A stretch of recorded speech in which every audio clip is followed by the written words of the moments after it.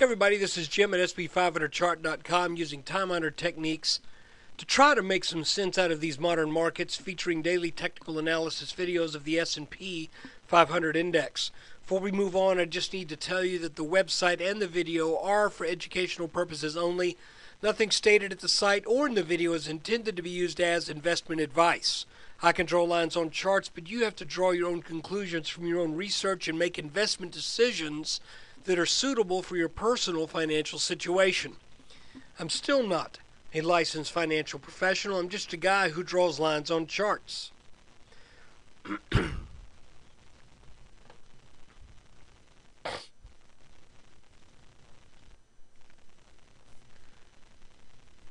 Okay, I had to get rid of a line there. Today, guys, we're looking at more market ugliness. I just got through talking for about 10 minutes doing this video. Actually not doing this video, doing what I thought was going to be this video. And I'll be honest with you, I just reached a point to where I said, you know, come to think of it, I don't know. I just don't flippin' know if we're going to bounce here or if we're just going to continue on down. So there you have it. I could probably stop there. But what I will say is this. The market stopped on a line that is the line that was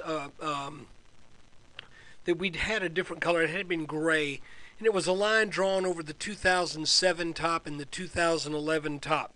For what it's worth, and it may not be much, that's where the selling stopped today. Now, I made mention when we were looking at this inverted head and shoulders-ish formation. And I say ish because with today's action, that is now thrown into some fairly serious question as to whether this pattern has outright failed.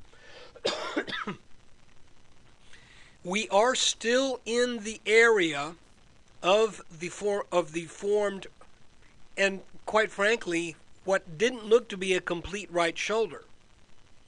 So, what would it take for this pattern to save the day and still play out as an inverted head and shoulders? Well, in my book, it would take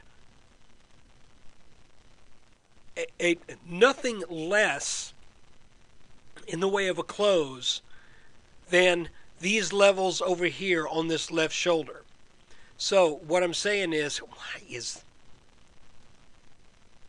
my silver light is acting goofy? So I'm thinking if the market does not close underneath this line, which I'm going to change colors, we're going to make it brown, then this could represent a premature breakout and then a return to the pattern just to do a little bit more work. That is possible. So think of it like this pattern just didn't spend enough time forming a right shoulder to make a base sufficient enough to sustain this move to 1360 and then a typical pullback to either the original neckline or obviously today the potential secondary neckline. So today kind of puts the whole thing in question mark over this pattern. What it would take for this thing to maybe come forth and instill a little bit more faith in me would be, let's start taking out these necklines again. Another thing that would really help me feel better about having a bullish position, and I'm still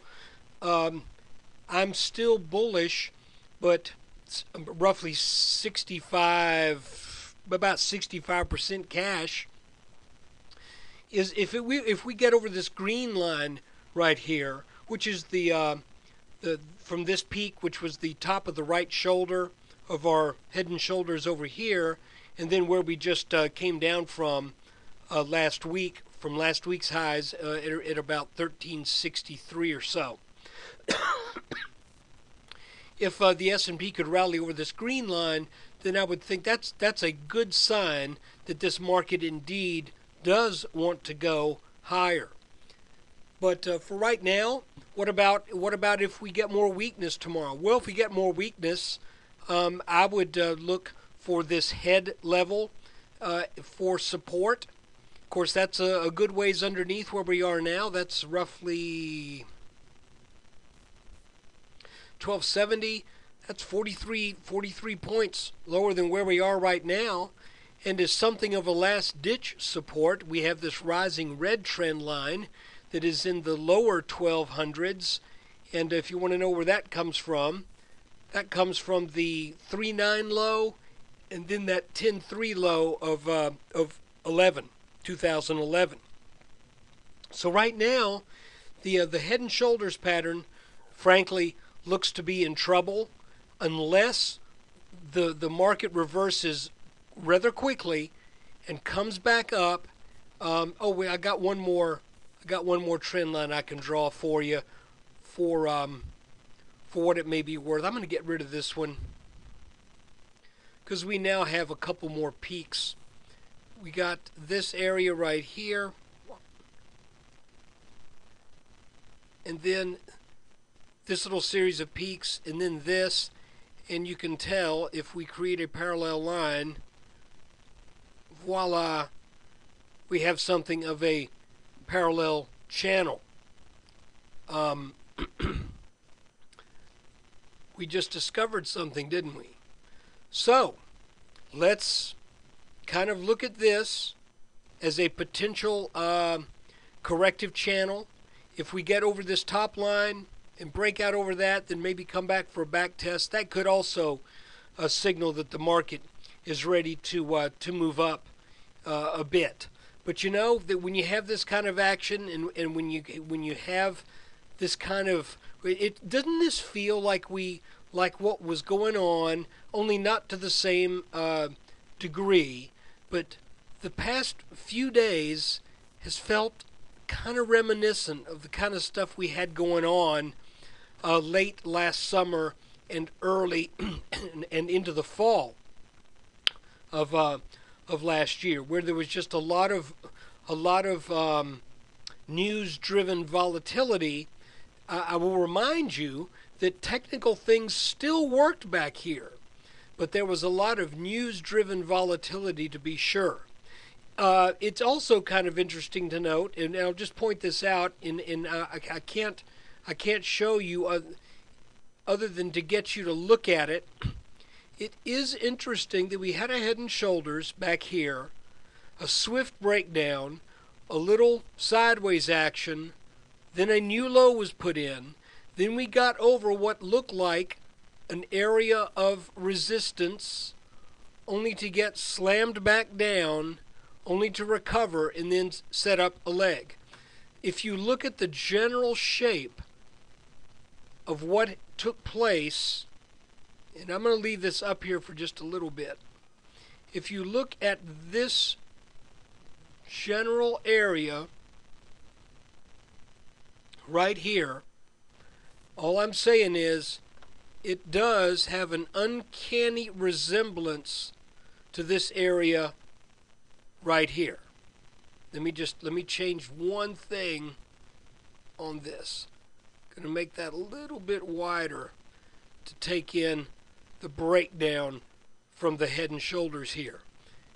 That has kind of an uncanny resemblance. Head and shoulders,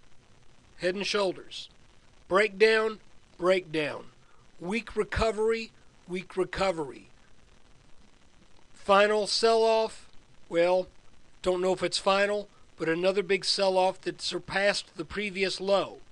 Nice rally. Expectation of hitting a neckline right here. Expectation of hitting a neckline. Violating the neckline. So, hey, for what it's worth, I think that's worth pointing out.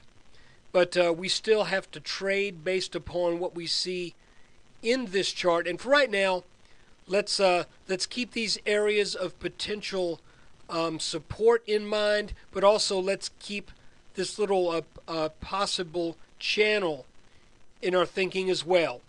And I would say wait for this line to break. Once this line breaks, then we'll look for more signs of some strengthening that could tell us that the S&P is ready to do the bulls a favor. Because the past 4 days have not produced good results in the least. So look, guys, thanks for watching the video. Thanks for putting up with some of my ramblings. Because frankly, when the market has this sense of loss of direction, I sort of feel the same way myself. So look, thanks for watching. Take care.